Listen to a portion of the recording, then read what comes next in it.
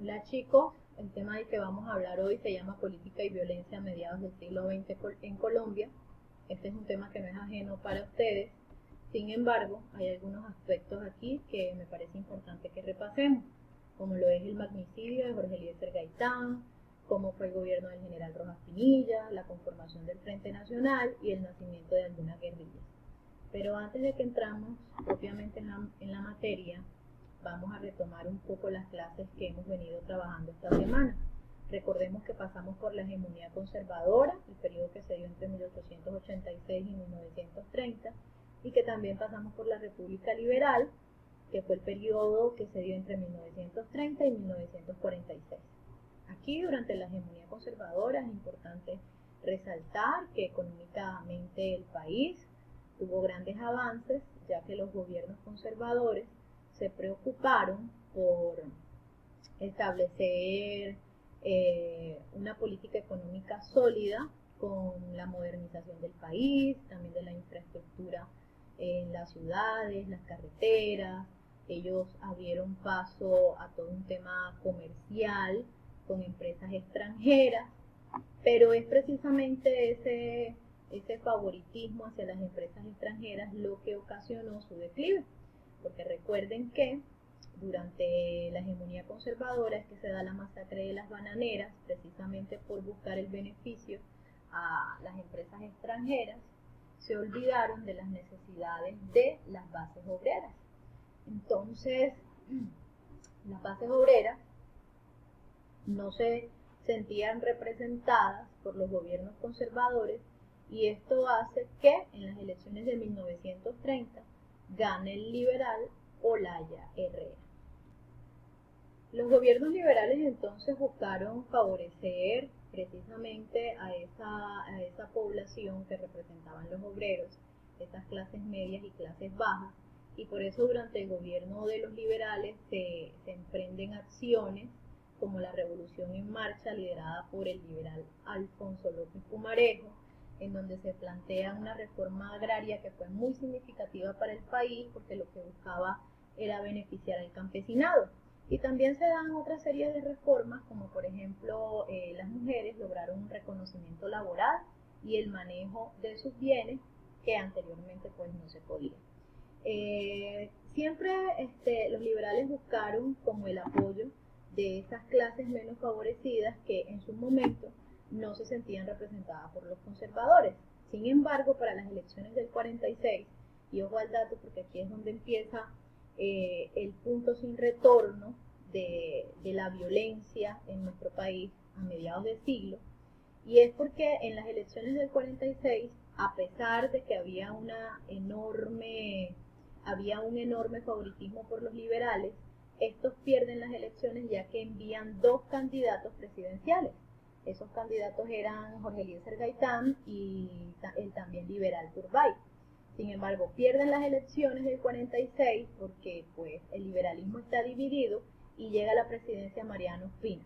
Mariano Ospina fue fuertemente criticado durante su gobierno porque lideró una persecución en contra de los liberales, hasta el punto de que durante su gobierno se forman los primeros ejércitos paramilitares, hoy en día conocidos como los chulavitas, pero en su momento también llamados la policía cívica. Esa violación a los derechos humanos, sobre todo a los derechos de los liberales por parte del mismo Estado, hizo que se resaltara la figura política de Jorge Eliezer Gaitán. Justamente aquí es donde inicia nuestro periodo de la violencia bipartidista. ¿Por qué? Porque Jorge Eliezer Gaitán es asesinado el 9 de abril de 1948 bajo el gobierno de Ospina. Es asesinado por situaciones que hasta el momento hoy no son muy claras para el país. Hay una serie de teorías que explican el asesinato de Gaitán, pero ninguna ha sido probada hasta el día de hoy. La primera, como obviamente muchos pensaron, fue que su asesinato había sido financiado por los conservadores de la época, porque veían en Gaitán un enemigo político y pues no les convenía que su figura siguiera ganando adeptos para las elecciones presidenciales que se avecinaban en el 49. Otra de las teorías acerca de su asesinato fue la participación del gobierno estadounidense, que en ese momento pensaba que era responsabilidad de ellos limpiar a toda Latinoamérica de cualquier semilla del comunismo. Y Gaitán se había declarado abiertamente socialista. Por ende, el gobierno estadounidense lo estaba vigilando desde hacía un tiempo. Y en unos documentos que se desclasificaron por allá en el 2000, unos documentos de la CIA, de hecho se hace mención de esta situación. Por eso algunos piensan de que el magnicidio de Jorge Eliezer Gaitán está directamente relacionado con la participación de la CIA.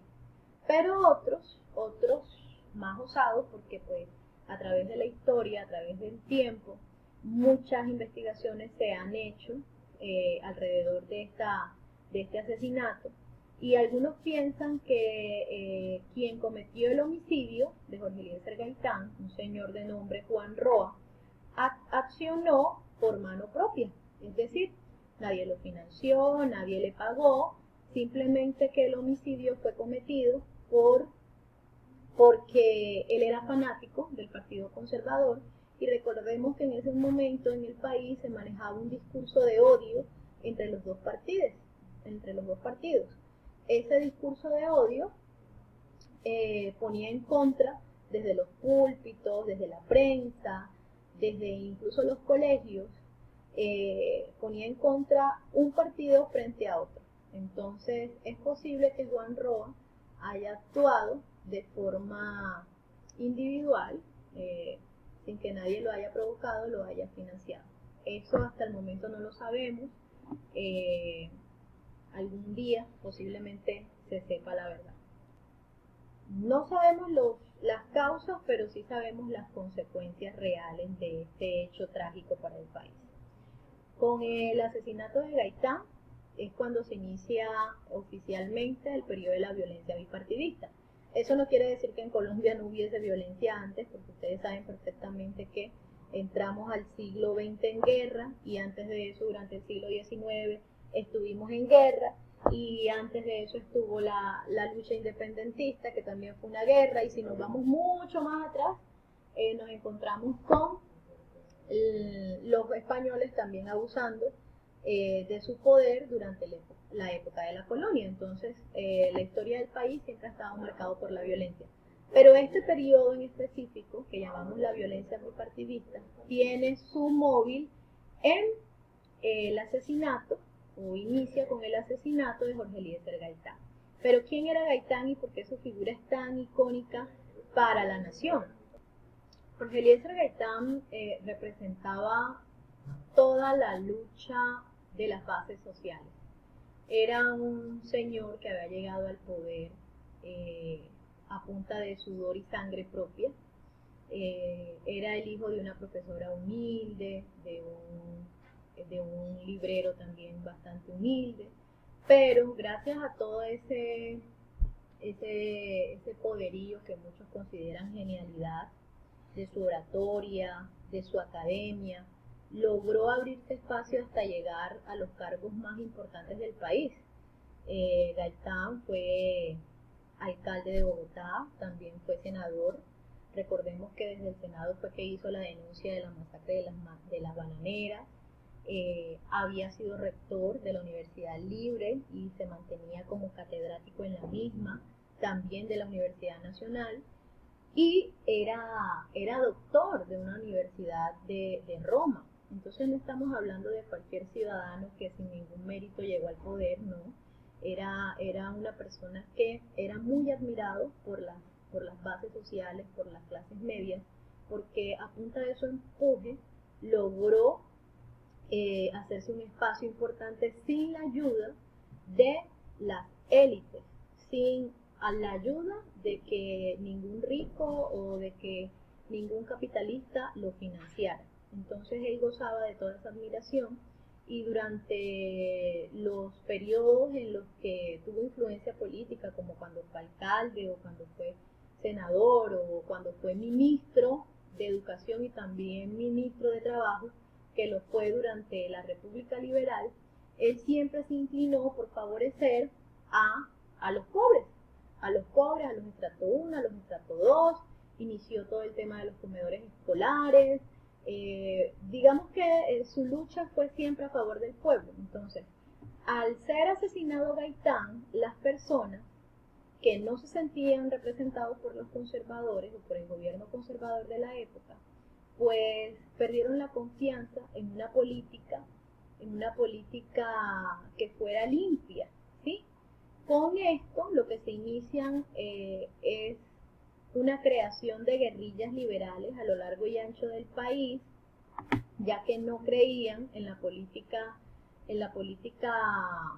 de transparencia de los conservadores, y empieza este periodo tan oscuro de nuestro país llamada la violencia bipartidista.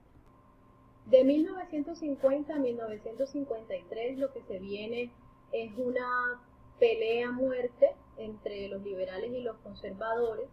Se forman una serie de bandas armadas en la zona rural, donde las familias se enemistaban con vecinos o con paisanos solo por ideología política. Esto se salió tanto de control que tuvo la necesidad de intervenir en un golpe de Estado el general Rojas Pinilla en 1953, ya que el gobierno conservador de la época no fue capaz de parar esta situación que se presentaba. Miren, aproximadamente unas 200 bandas armadas en todo el país operaron, y pues su móvil era el sistema de defensa venganza. Esto no se pudo controlar, entonces aquí nacen los bandoleros. Esos bandoleros son apodados con nombres como pájaros, los chusmas, los contrachusmas, la guardia cívica o los aplanchadores, dependiendo del lugar geográfico del país en el que se encontraran, en el que se vieran. Debido a que esta situación de violencia no pudo ser controlado por el gobierno conservador de turno, entonces tuvo que llegar al poder el general Rojas Pinilla a través de un golpe de Estado que se dio en 1953. Sin embargo, en un primer momento Rojas Pinilla no quería ser presidente. Se supone que él lideró todo el brazo militar para el golpe de Estado, apoyado por los conservadores y también por los liberales, porque necesariamente el país estaba urgido de un cambio político, pero durante ese golpe de Estado no se derramó ni una sola gota de sangre. De hecho, fue llamado como un golpe de opinión. Sin embargo, el gobierno de Rojas Pinilla fue muy criticado después, tanto por liberales como conservadores, porque veían en Rojas Pinilla una amenaza para sus intereses políticos, ya que la figura de Rojas Pinilla fue tomando mucha fuerza, porque en su gobierno se adelantaron grandes mejoras en la economía y también en las bases sociales. Aparece la televisión, el SENA, las mujeres votan, bueno, se instaura el voto femenino, pero ellas votan en las elecciones presidenciales después del gobierno de Rojas Pinilla, y una serie de políticas públicas que fueron muy beneficiosas para el país. Entonces, los liberales y los conservadores de élite se pusieron de acuerdo para pactar una negociación que les permitiera mantenerse en el poder sin necesidad de un contrincante. Entonces aparece el Frente Nacional, que no fue más que un pacto entre las élites liberales y conservadoras para turnarse la presidencia del país durante 16 años. Esto lo que trajo fue descontentos, porque los campesinos y los partidarios de uno y otro partido político vieron en este acuerdo, fue un hecho de traición, y la paz nunca llegó. Por el contrario, aparecen las figuras de las guerrillas, primero con la FARC y luego el ELN, el EPL y el M-19. Aquí se inicia otro capítulo oscuro de la política colombiana durante el siglo XX. Para evaluar esta actividad van a presentar la guía número 3, que está cargada en normas CLIP en grupos de 3 el 12 de junio. Muchas gracias.